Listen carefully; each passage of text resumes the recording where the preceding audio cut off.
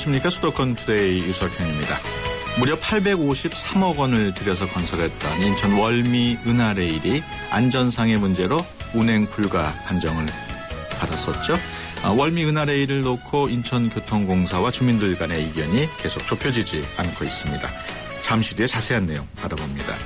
오늘 서양 미술사 이야기 시간에는 생전에도 사랑받고 사후에도 사랑받은 운이 좋은 화가 루벤스에 대해서 이야기 나눠보겠습니다. 2부에는 만나고 싶었습니다. 준비되어 있습니다. 서울국제도서전 이형규 조직위원장과 함께하겠습니다. 방송 중에 궁금하신 내용 있으시면 샵0945로 문자 주시기 바랍니다.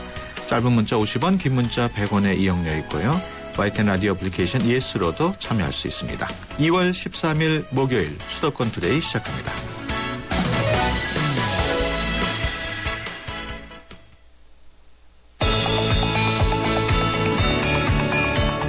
여러분은 지금 대한민국 유일의 수도권 전문 프로그램 YTN 수도권 투데이를 듣고 계십니다.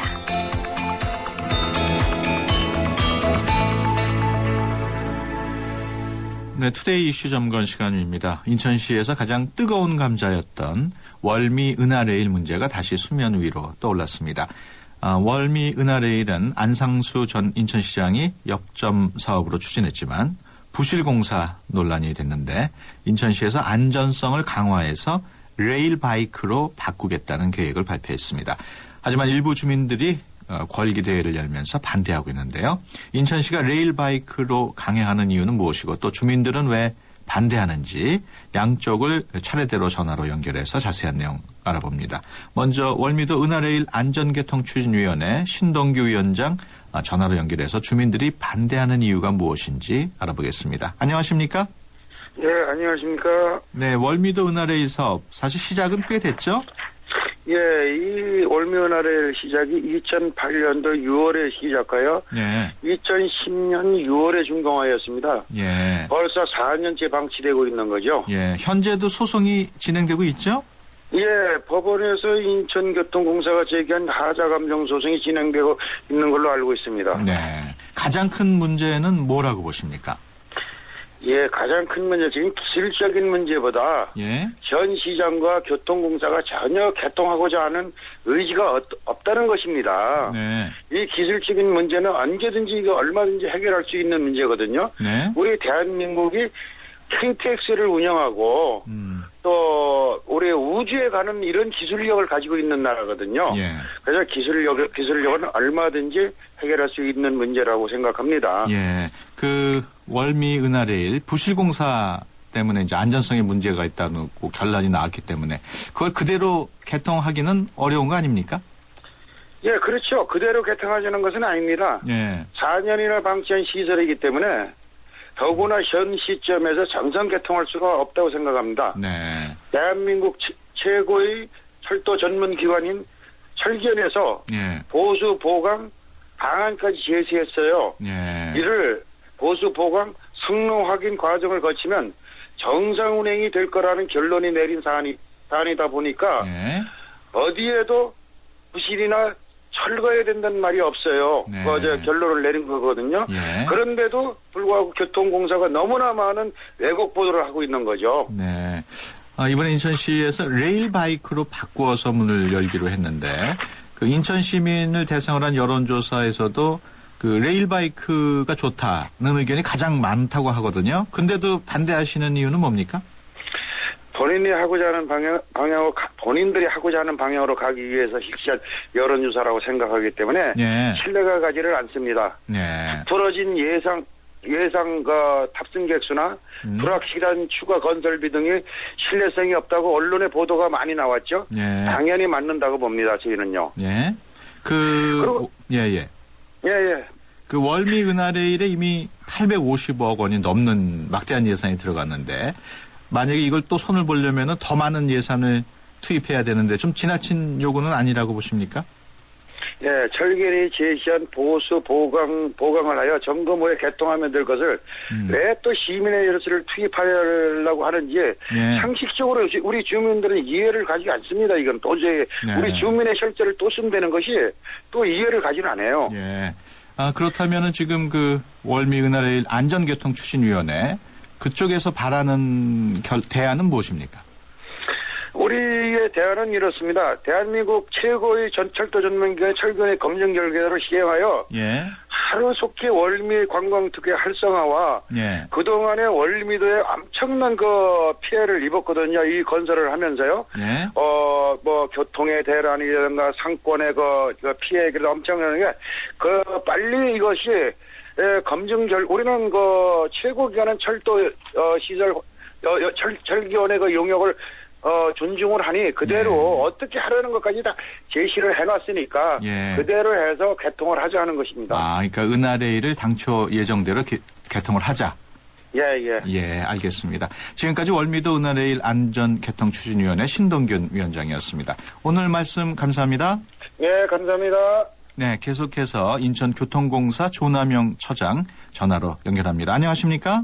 네, 안녕하십니까? 네, 앞서 잠깐 언급했습니다만 은하레일 사업 개요 간단하게 설명을 해주시죠. 예, 그 슬럼화되는 구도심의 이제 핵심 관광 인프라를 구축해서 관광 및 지역 경제 활성화를 목적으로 그 시공사인 한신공영이 설계 시공, 일괄 시공 및 그 책임을 지는 턴키 방식을 도입을 해서 인천역에서 출발해서 월미도를 순환하는 연장 6.1km 구간의 높이 7 내지 18m의 고가교량에 그 미국 어버너사의 특허만 있고 검증이 안 된 Y레일 형식의 관광용 모노레일을 853억 원의 예산을 들여서 2008년 6월부터 2010년 6월까지 설치한 사업입니다. 근데 부실공사 판정을 받았죠? 네, 그렇습니다. 그게 이제 준공 하루 전 6월 15일부터 27일까지 5차례 그 우레탄 재질의 안내륜 훼손 및 그 추락 사고가 발생했어요.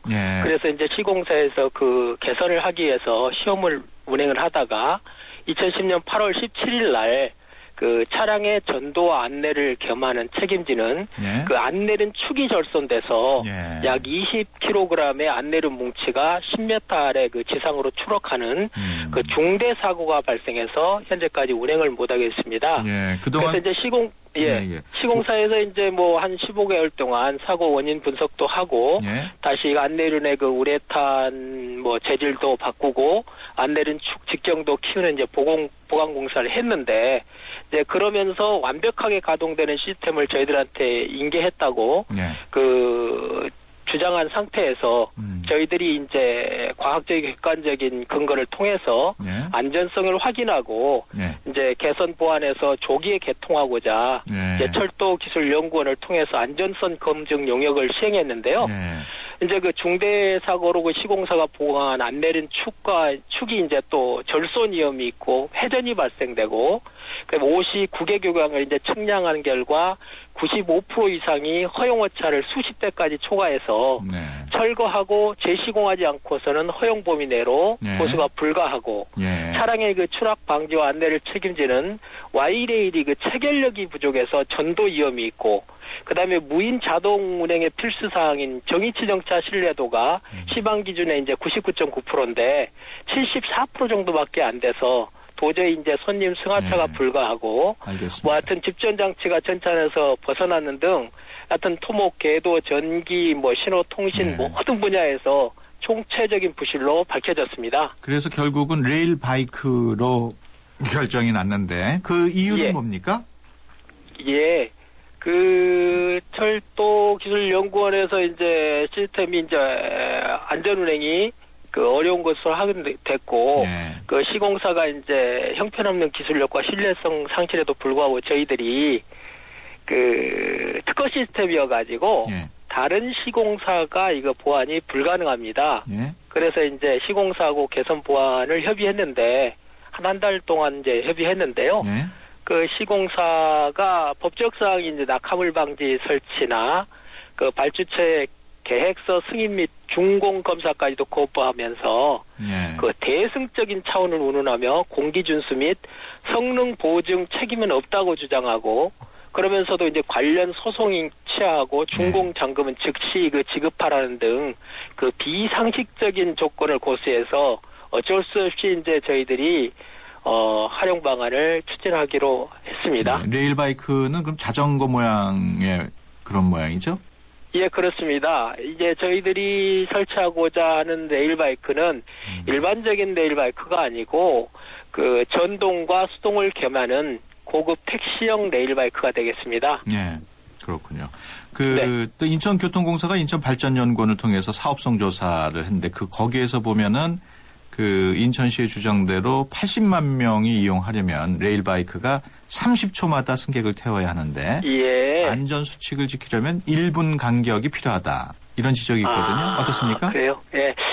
지금 레일바이크 수송 용역은 4명 탑승 차량이 1시간에 한 120회가량 운행하게 되면 30초 간격입니다. 네. 그래서 하루에 10시간 운행하면은 하루에 4,800명, 그러니까 1년에 한 175만 명의 수송이 가능하고요. 네. 그 절반만 봐도 한 87만 5천 명의 수송이 가능해서 네. 80만 명 수송은 뭐 충분히 가능하고요. 네. 그다음에 이제 레일바이크 속도를 한 6km로 가정했을 때 1분간 한 100m를 갑니다. 네. 그러면 이제 30초간 운행한 거리는 한 50m가 되고 있고 지금 운행되고 있는 레일바이크도 30초 간격 50m 이내로 운행되고 알겠습니다. 있고 예, 저도 수차례 타봤지만 뭐 전혀 문제가 없을 걸로 생각하고 저희들이 알겠습니다. 이제 여기에다가 탈선 방지된과 추돌 방지, 낙하물 방지, 이제 안전 난간 뭐 이런 것들 하고 만약에 충돌할 경우를 대비해서 추돌 완충 방지 장치를 설치하는 등 완전을 확보하도록 하겠습니다. 조금 전에 은하레일 안전개통 추진위원회 신동균 위원장하고도 통화를 했습니다만은 아직도 은하레일을 원래대로 개통하자는 주장이 있거든요. 네네. 거기에 대해서는 어떻게 생각하십니까? 기존 모노레일은 세계 어느 곳에서도 안전성이 검증되지 않은 불안한 시스템입니다. 그리고 이제 철도기술연구원을 통해서 총체적인 부실로 나타나서 안전을 확보할 수가 없고 이제 이게 특허 시스템이다 보니까 다른 시공사가 이제 보수가 불가능하고 한 신공역만이 이제 보수가 가능한데 그 회사는 기술력이 없고 책임의식 및 정상화 의지가 없어서 어쩔 수가 없었고요. 만에 하나 또 다른 회사가 보수할 수 있다 해도 이제 특허의 시스템 특성상 하자 범위가 모호하기 때문에 장기간 이제 하자 분쟁이 불보듯 뻔하고 특히 이제 제작사인 로인이 부도 상태로 개통한다 해서 7호선 전동차에서 보듯이 부품 공급 및 기술적인 AS가 불가능해서 이제 지속적으로 운행이 불가능한 것입니다. 알겠습니다. 그래서 저희들이 이제 바이크로 바뀐 거군요. 네, 그렇습니다. 네, 지금까지 인천교통공사 조남영 차장이었습니다. 오늘 말씀 고맙습니다. 네, 고맙습니다.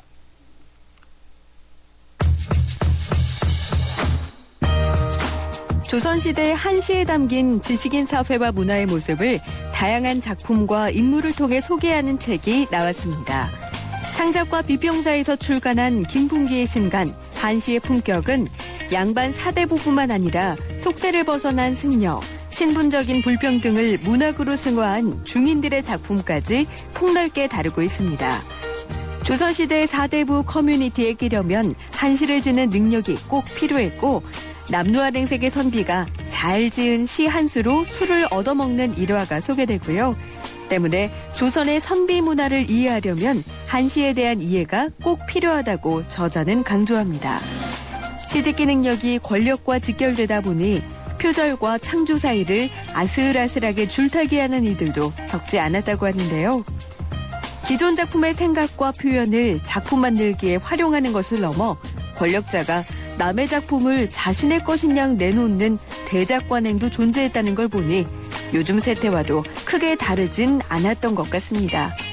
김풍기의 신간 한시의 품격 투데이 컬처TV였습니다.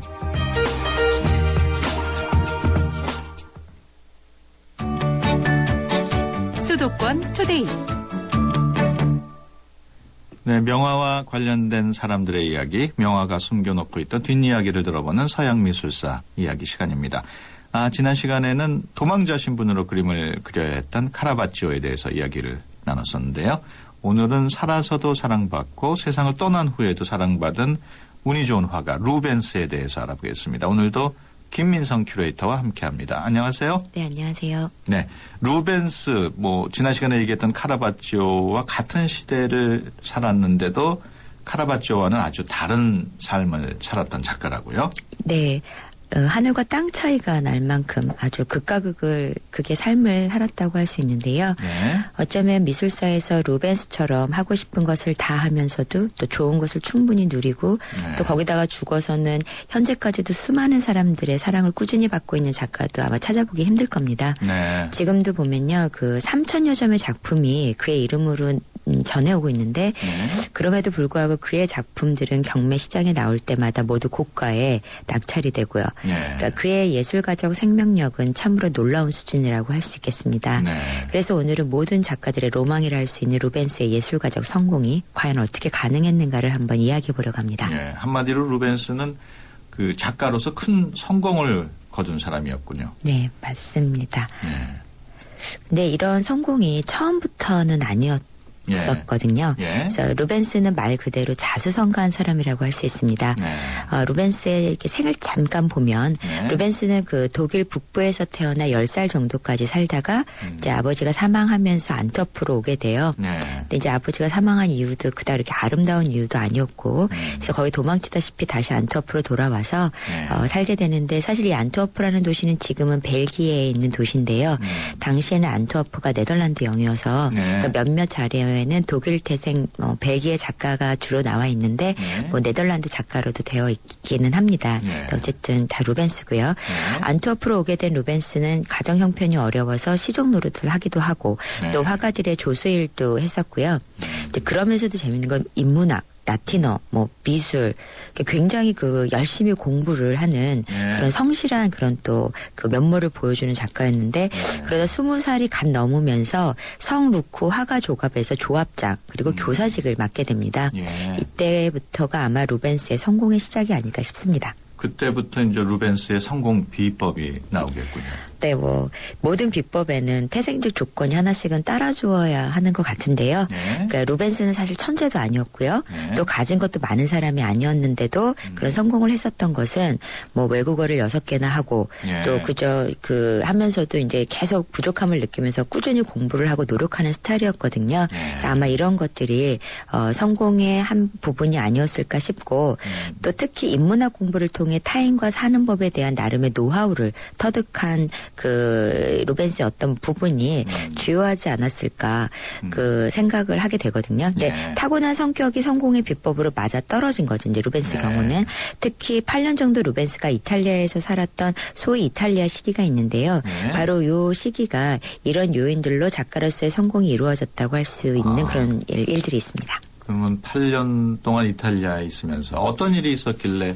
그 성공적인 작가로 입지를 다질 수 있었을까요? 예, 루벤스가 23살 되던 해에 이탈리아로 여행을 가게 되는데요. 네.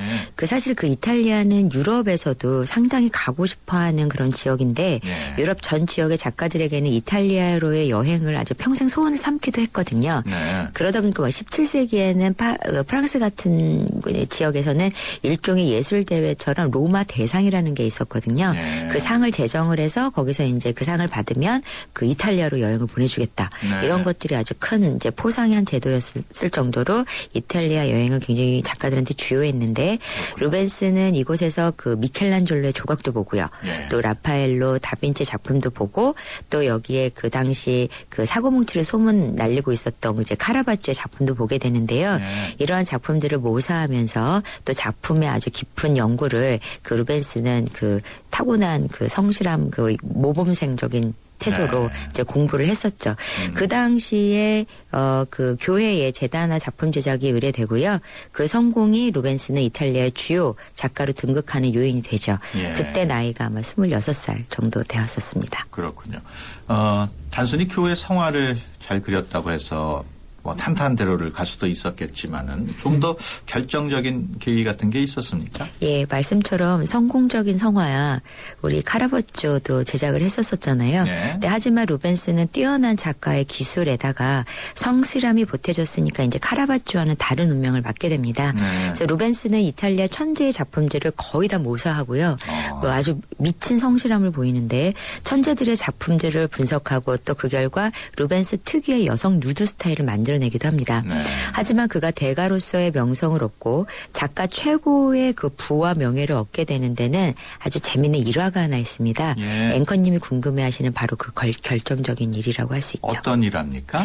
보통 저희가 이제 스페인 여행 사건이라고 부르는데요. 네. 이탈리아 귀족들에게 깊은 신임을 얻고 있었던 루벤스가 그 스페인과의 그림 예교를 하던 그 시점에 네. 대표 외교관으로 위촉이 됩니다. 그 스페인과 이탈리아 양국의 동맹 의지를 보여주는 차원에서 네. 유명 화가를 보내 그 이제 스페인 왕국의 일가를 이렇게 초상화를 그리게 하기도 하고요. 네. 또 이탈리아의 명화를 선물하기도 하는 그런 일종의 그림, 그 외교 방식이 있었거든요. 그렇군요. 네. 그래서 그 여행을 하던 중에 이제 그 외교관으로 가게 되는데 루벤스가 그 여행 중에 그 운반하던 그림이 손상이 돼요. 예. 그래서 이제 손상이 되고 바닷바람 손상이 돼서 그래서 이거를 이제 고민을 하다가 이때 루벤스가 자신의 실력을 발휘해서 배 안에서 그림을 다시 그려요. 그래서 그러면서 그 작품을 무사히 그 스페인 그 귀족에게 왕족에게 전달을 하죠. 예. 그래서 이 사건으로 루벤스의 신임은 엄청나게 높아지게 되고 또 본격적인 외교관 활동을 하게 됩니다. 네. 그래서 그러한 외교관 역할을 훌륭히 수행해내면서 살지만 루벤스는 이런 북이 영화를 뒤로하고 안트워프로 돌아가야 하는 일이 생기게 네. 되죠. 그 안트워프로 돌아간 루벤스 그곳에서도 성공적인 화가로 계속 활동하게 됩니까? 네, 엄마가 위독하다는 소식 때문에 이제 안트워프로 어쩔 수 없이 돌아가게 되는데요. 예. 그 이탈리아에서의 명성은 그의 고향이라고 해서 다를 바는 없었어요. 그래서 금이 환영한 루벤스는 그 플란다스에게 등장하는 십자가의 내림이나 성모 승천과 같은 대작을 이제 거기서 남기기도 하고요. 네. 재미있는 것은 그가 이곳에서 오늘날의 미술계에서나 있을 법한 일들을 하면서 보여준 그의 놀라운 아트 비즈니스적인 면모입니다. 네. 일단 그 당시에는 파나의 에디션에 대한 개념이 명확하지 않았기 때문에 루벤스는 그 개념을 자신의 작업에 안 왔는데도 그 개념을 자신의 작업에 반영을 했고요. 네. 또 그것은 이제 자신의 작품이 자신과 무관하게 무한복제되지 않도록 단도리를 친 거거든요. 네. 그리고 또 루벤스가 안트워프로 돌아왔을 때 소식을 듣고 그의 제자들을 지망하는 사람들이 엄청났어요. 네. 그래서 그들을 모아서 대형 아틀리에를 꾸려서 마치 앤디 와홀의 아트 팩토리 같은 개념으로 아틀리에를 운영하기도 하죠. 이런 덕분에 태작하는 루벤스라는 명석을 얻기도 하지만 3,000여 점 중에 600여 점만이 루벤스의 작품이라는 주장도 남아 있습니다. 사업 수완이 좀 뛰어났던 모양이에요. 예, 그러니까 머리가 굉장히 똑똑했던 것 같아요. 천재는 그런 아니었으나. 것들이 루벤스의 성공 비법이라고 봐야 될까요? 네, 그러니까 일단은 사실 루벤스는 엄청난 자료를 네. 모으면서 공부에 매진했던 작가거든요. 그리고 그 과정에서 발견되고 확인되는 것은 자기만의 기법으로 시각화시켰고요. 그러니까 이 과정이야말로 우리가 흔히 말하는 창의적 태도일 텐데요. 네. 그래서 이 루벤스 작품에 보면 한국 남자로 보이는 초상화 같은 작품이 네. 있거든요. 그가 아마 스케치 같은 거였죠. 예, 드로잉인데 그 안토니오 코레아 뭐 이런 그 별칭이 달려 있기도 하고요. 한국의 노예들이 유럽으로 흘러 들어가서 루벤스를 만나게 돼서 이 작품이 그려졌다라고 하는 그런 경로설이 있는데 이런 축들이 굉장히 많지만 뭐 확인된 바는 거의 없고요. 그렇지만 오히려 루벤스의 어떤 집요한 자료 수집의 어떤 형태나 또 연구적 태도를 보면 당연히 어떻게 보면은 이런 자료들이 흘러 들어오는 경로들이 있기 때문에 거기서 어떤 아이디어를 얻은 작품이 아닐까라는 의견도 있습니다. 그렇군요. 그 루벤스가 그린 한국 그 스케치는 한번 보고 싶어요, 진짜로. 그거 인터넷에서 팡팡 떠주는데요. 아니, 실물을. 예. 다음 시간에는 어떤 화가를 알아볼까요? 네, 같이 그 바로크 시대의 그 작가이고요. 여러분이 너무나 잘 알고 계시는 렘브란트입니다. 그래서 네덜란드 화가죠? 예, 맞습니다. 예. 다음 시간에는 렘브란트 그림을 미리 찾아봐야겠네요. 네. 꼭 찾아보고. 예, 지금까지 김민성 큐레이터였습니다. 오늘 말씀 고맙습니다. 네, 고맙습니다. 인간인가? This program give men like you a second chance. 로봇인가? He's stronger, faster. He's a machine. 새로운 히어로가 세상을 심판한다. How long until it realizes you haven't been on the level with it? You wanted a man inside a machine, and that's what. 로봇카 2월 13일 대개봉 12세상 관람가. 도전해보고 싶은 유럽 탑10 개표 결과입니다. 프라하 스카이다이빙, 알프스 캠핑 등 쟁쟁한 경쟁자를 누르고 1위는 의외인데요. 내가 사랑한 유럽 탑10. 투표 결과는 travel.koreaneer.com에서 대한항공 유럽 11개 도시 최다 노선 운항. Excellence in flight. Korean Air. 나랑 결혼해 줄래? 내 속까지 풀 스테인리스로 건강하고 깨끗하게 지켜주고 아껴주고 싶으니까 쿠쿠 풀 스테인리스 2.0 에코.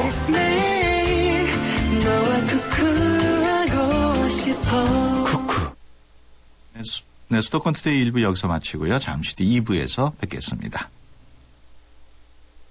2014 YTN 연중기획 함께하는 미래 창조 대한민국 김소영 한의학 박사입니다.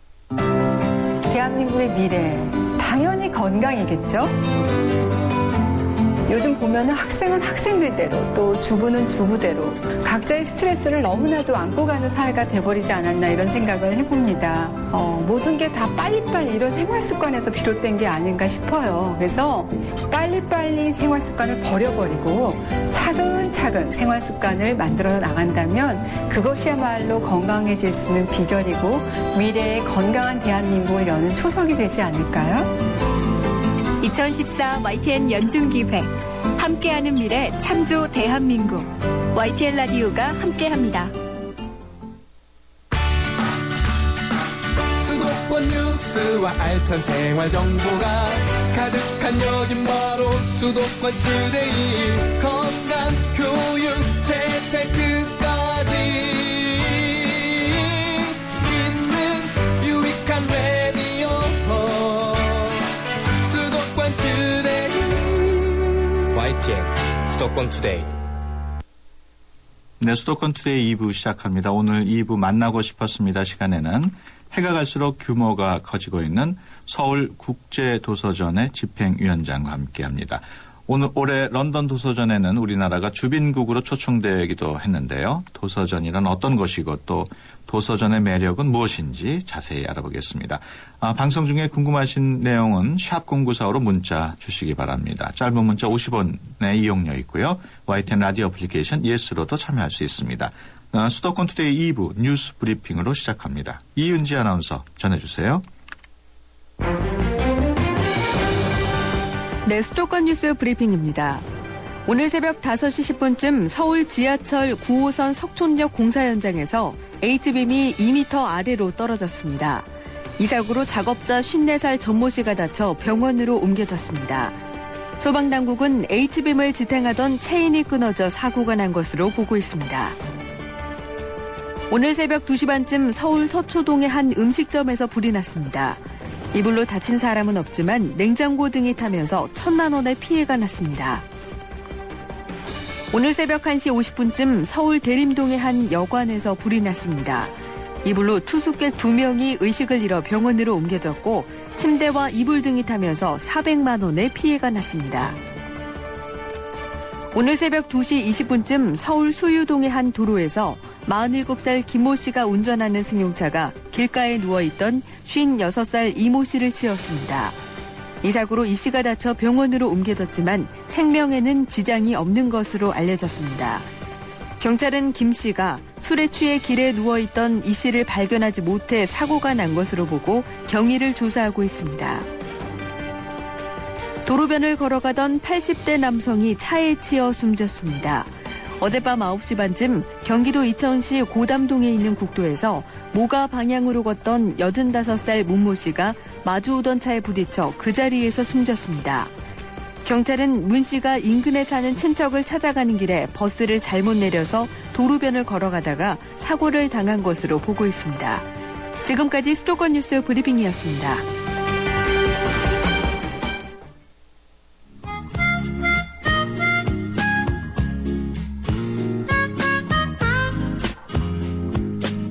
네, 올해 20회를 맞는 서울국제도서전이 오는 6월 삼성동 코엑스에서 열립니다. 특히 올해는 역사적인 전통을 자랑하는 런던 도서전에서 우리 한국이 주빈국으로 선정돼 관심이 모아지고 있습니다. 오늘은 서울국제도서전 집행위원장을 맡고 있는 이형규 위원장 모시고 자세한 내용 알아보도록 하겠습니다. 안녕하십니까? 네, 안녕하세요. 네, 벌써 서울국제도서전이 20회를 맞는다고 하는데 일정이 어떻게 됩니까?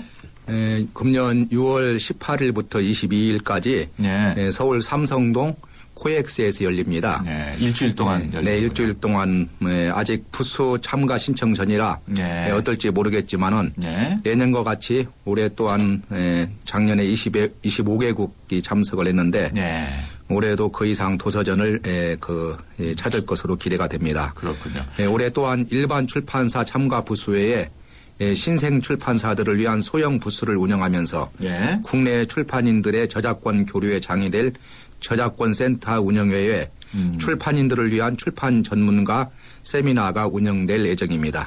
그 외에 저자와의 대화, 또 인문학 아카데미, 북멘토 프로그램 등을 비롯한 여러 주제들을 담은 특별전도 진행이 되겠습니다. 그렇게 많은 행사를 하려면은 예산도 많이 필요할 텐데 예산은 어떻게 준비하나요? 뭐 국고 보조 같은 게 있습니까? 국고 보조금이 좀 많이 지원되고 있고요. 또 우리 출판사도? 협회 출품사들이 많이 지원되고 있습니다. 당초에는 그 서울 도서전이라는 이름으로 1954년에 시작됐다고요? 네.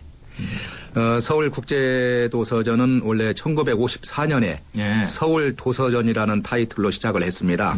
그러다가 지난 1995년 이제 서울국제도서전이라는 이름으로 개명을 한 이후 현재까지 이제 금년이 이제 20회가 되겠습니다. 명칭 개명 이후 매년 25개국 그 이상이 참가하는 국제 도서전으로 일신되고 있습니다. 그러니까 95년 전에는 그냥 국내 서울 도서전이었죠. 그때도 무슨 외국 업체가 오고 그랬습니다. 그때는 이제 우리 국내 출판계 중심으로 했죠. 그렇군요. 지난해 경우에는 박근혜 대통령도 참관을 해서 많은 관람객들이 다녀간 걸로 알고 있는데 작년 도서전은 성공적이었습니까? 어떻습니까? 역대 도서전 중에서 가장 성공적인 도서전이었다고 평가를 내리고 있습니다.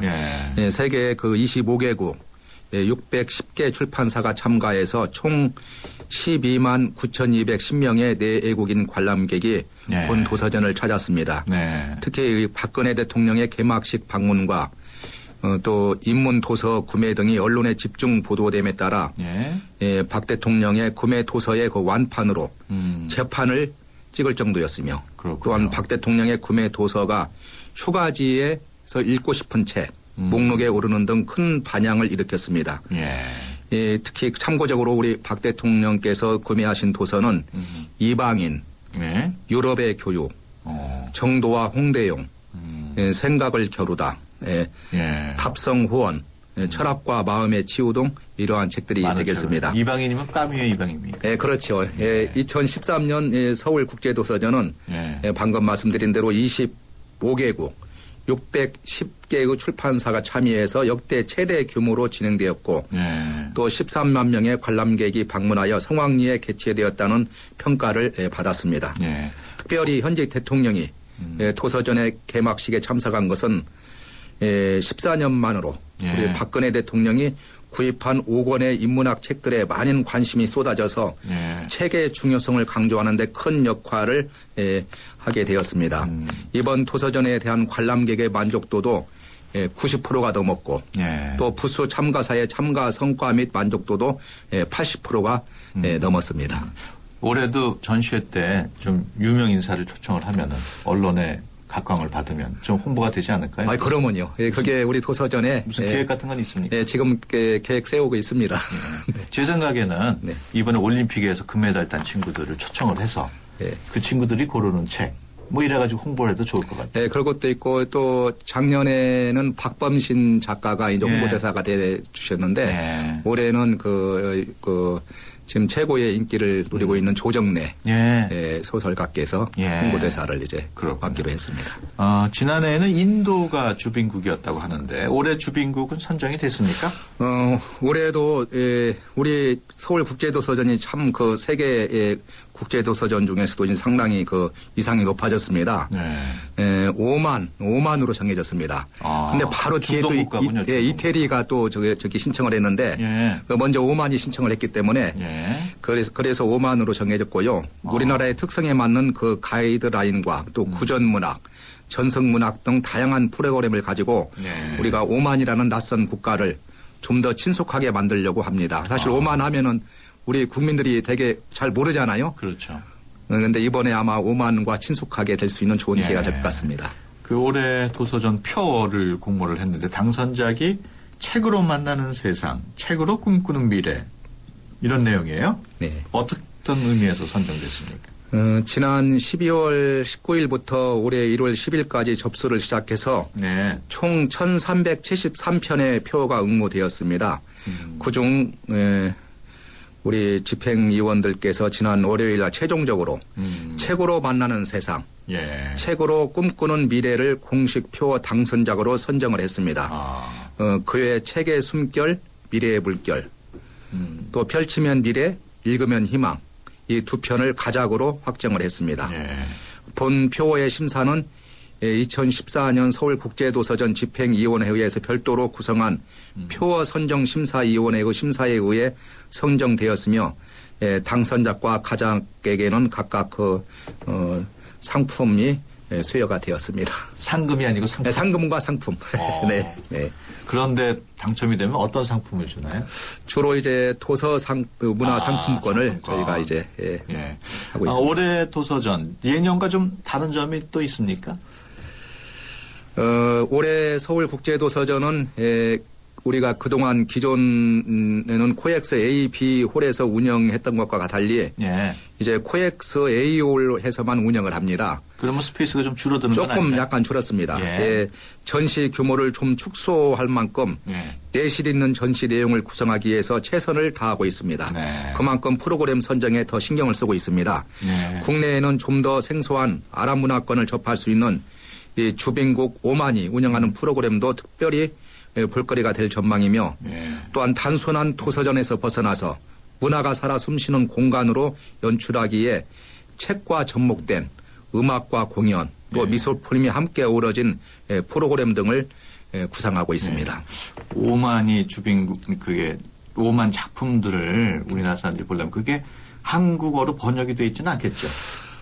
참 생소하죠. 여기 구전문학 을 중심으로 아까 말씀드린 대로 전승문학 이런 다양한 프로그램을 그 오만이라는 그 낯선 국가를 한국에 소개하는 좋은 기회가 될 것 같습니다. 그 국제적인 도서전이 우리 뭐 서울 도서전 말고도 몇 개 있는 걸로 아는데 간략하게 좀 소개를 해주시죠. 매년 3월 영국 런던에서 열리는 런던 도서전. 또 10월에 열리는 프랑크푸르트 도서전. 이런 그 도서전들이 유명하며 최근에는 이제 아시아에서 9월 초에 열리는 북경 도서전. 그리고 아동 도서전으로는 이탈리아 볼로냐 아동 도서전이 있습니다. 그렇군요. 영국 런던 도서전이 3월이면 다음 달에 열리게 되는데. 4월입니다. 4월. 4월입니다. 근데 우리나라가 주빈국으로 초청됐다고요? 네네. 런던 도서전은 올해로 43회째를 맞습니다. 4월 8일부터 10일까지 런던 얼스코트에서 진행될 예정입니다. 한국이 올해의 주빈국으로 마켓 포커스 국가로 선정되었습니다. 주빈국 프로그램은 런던 도서전이 지난 2004년부터 시행해 온 것으로서 해당 국가의 출판 산업 경향을 자세히 검토하고 문화사회적 교류 기회 확대를 위해서 시행을 하고 있습니다. 작년에 그 터키에 이어서 올해는 우리나라가 주빈국으로 선정되었고 또 참여할 작가들도 정해졌습니다. 특히 런던 도서전 조직위원회가 선정한 오늘의 작가에는 마당을 나온 암탉의 황선미 작가가 행사에 참여합니다. 마당을 나온 암탉은 이미 여러 언어로 번역되어서 세계 독자의 마음을 사로잡았으며 또한 폴란드에서 2012년 최고의 어린이 청소년 문학 작품으로 선정이 되기도 했습니다. 이 행사를 위해서 영국 전역 4개 도시의 12개 장소에서 20여 개 이상의 행사가 열리며 작가 또한 번역자 편집자를 포함해서 35인 이상의 영국 전문가가 패널로 참여하게 됩니다. 런던 도서전에는 우리나라 그 대표 작가 황석영 씨, 임은열 씨, 또 신경숙 씨 이런 분들이 참가를 하고 또 웹툰 작가들도 참여한다면서요? 그 소설가 황석영, 이문열, 이승우, 신경수, 김인수, 김영아, 한강, 또 시인 김혜순, 아동문학 작가 황선미, 웹툰 작가 윤태호 등 작가 그 웹툰 작가 10인이 2014년 런던 도서전에 참가하게 됩니다. 방금 말씀드린 대로 황선미 작가는 동화 마당에 나온 암탉으로 런던 도서전 조직위가 오늘의 작가로 선정돼 행사에 참여하게 되고 또 읽기, 미생 등을 그린 웹툰 작가 윤태호도 미국과 유럽에서 그래픽 노블, 즉 만화와 소설의 중간 형식입니다. 예. 하나의 문학 장르로 주목받고 있는 점을 반영해 시비노 작가의 이름을 올렸습니다. 예. 특히 2014년 런던 도서전은 문학적 상상력, 한국 사회의 변화, 예. 디지털 혁신이 한국 문학에 끼치는 영향 등을 주제로 이야기를 나눕니다. 예. 작가, 번역가, 편집자를 포함해서 35인 이상의 영국 전문가도 패널로 참여하게 되겠습니다. 지난 5일부터인가요? 그 타이완 타이베이에서 또 타이베이 국제 도서전이 열렸고 거기서 한국관을 설치해 운영했다고요? 네.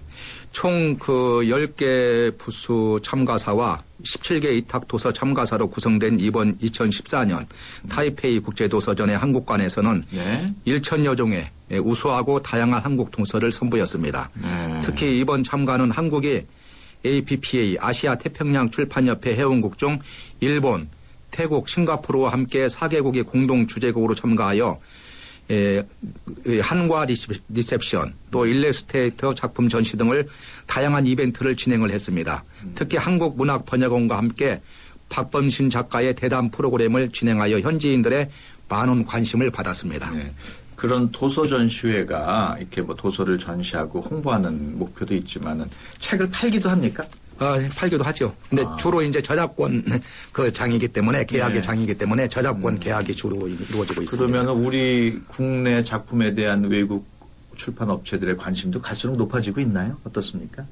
많이 높아지고 있죠. 이번에 타이페이 도서전에서도 그 US 달러 그 계약액이 27만 불 예상을 하고 있습니다. 그렇군요. 실제로 이번 대만 도서전에서는 이 중국에 진출하는 아주 교두보 역할을 하는 그런 기회가 되겠습니다. 우리 위원장께서는 여러 나라에서 열리는 다양한 국제 도서전을 쭉 다녀보셨을 텐데 우리나라 출판 문화 수준 어느 정도라고 봐야 됩니까? 지금 우리가 출판 이렇게 평가를 하면 6대 강국, 7대 강국에 들어가는데 상당히 우리나라 출판 수준이 높습니다. 예. 그래서 요즘에는 아까 말씀드린 대로 우리 책을 특히 그 베이징 도서전에서는 우리 책이 외국에 많이 수출이 되고 있습니다. 그렇군요. 특히 아동 도서들은 저쪽 남미 쪽에서는 큰 인기를 끌고 있습니다. 그렇군요. 우리가 이제 출판 6대 강국 그렇게 든다면은 그런 거는 어떤 걸 기준으로 하나요? 출판된 책이 많으면 그런 데 낄 수 있나요? 이제 출판 출간 종수와 또 이제 판매 같은 것을 이제 중심으로 하지요. 그렇군요.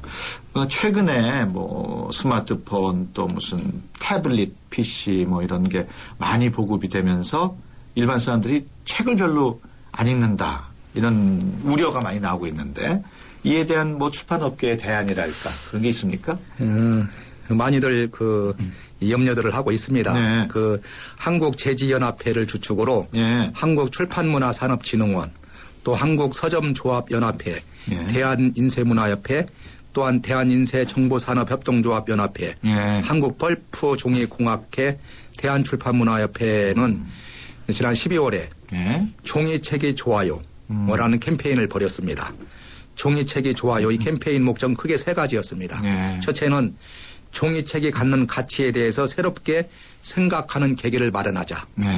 둘째는 종이책을 사람 사이에 따뜻하고 의미 있는 소통의 도구로 새롭게 인식하는 계기를 마련하자. 셋째는 종이책에 대한 관심을 높여 책 읽는 문화, 책 선물하는 문화를 만들자는 것입니다. 이에 따라서 종이책 사랑 추진 본부가 생겼습니다. 그래서 이 캠페인 영상 공유 및 나에게 종이책이란 한 줄 쓰고 공감하기 이런 행사를 했고 또 나에게 책이 필요한 순간 응모하고 그에 맞는 책 추천받기 또한 종이책으로 소통한 경험 이야기 응모하기 또한 종이책과 관련된 다양한 단체, 커뮤니티, 애플리케이션 활동에 동참하기 등을 추진했습니다. 네, 알겠습니다. 지금까지 2014 서울국제도서전 이영규 집행위원장과 얘기 나눴습니다. 오늘 말씀 고맙습니다. 네, 감사합니다. 침대는 과학이다. 침대과학 50년이 이룬 세계 최고 기술력. 배우던 나라에서 가르치는 나라로 우리 침대에서 자기 할 것이다. 전 세계인을. 에이스 침대. 연아가 알려주는 좋은 물의 조건. 물 드실 땐 꼭 수원지를 확인하세요. 저는 지하 180m 천연 안만수와 드넓은 구규림이 있는 해발 680m 강원도 평창을 꼭 확인해요. 깨끗해. 강원 평창수 평창 동계올림픽 공식 먹는 샘물. 당신의 베이스 캠프는 어디입니까? 어디로 가야 할지 모른다면 방향이 될 것이고 계속 가야 할지 망설인다면 용기가 될 것입니다. 베이스 없는 정상은 없습니다. 세상의 베이스가 되다. 포스코. 나랑 결혼해 줄래? 내 속까지 펄 스테인리스를 건강하고 깨끗하게 지켜주고 아껴주고 싶으니까 쿠쿠 풀 스테인리스 2.0 에코. 매일 너와 쿠쿠하고 싶어. 쿠쿠. 네, 수도권 투데이 오늘 순서 여기까지고요. 내일 오전 9시 10분에 다시 찾아뵙겠습니다. 지금까지 프로듀서 박준범, 기술감독 박봉선, 구성작가 최유미, 진행의 유석현이었습니다. 함께해 주신 여러분 고맙습니다.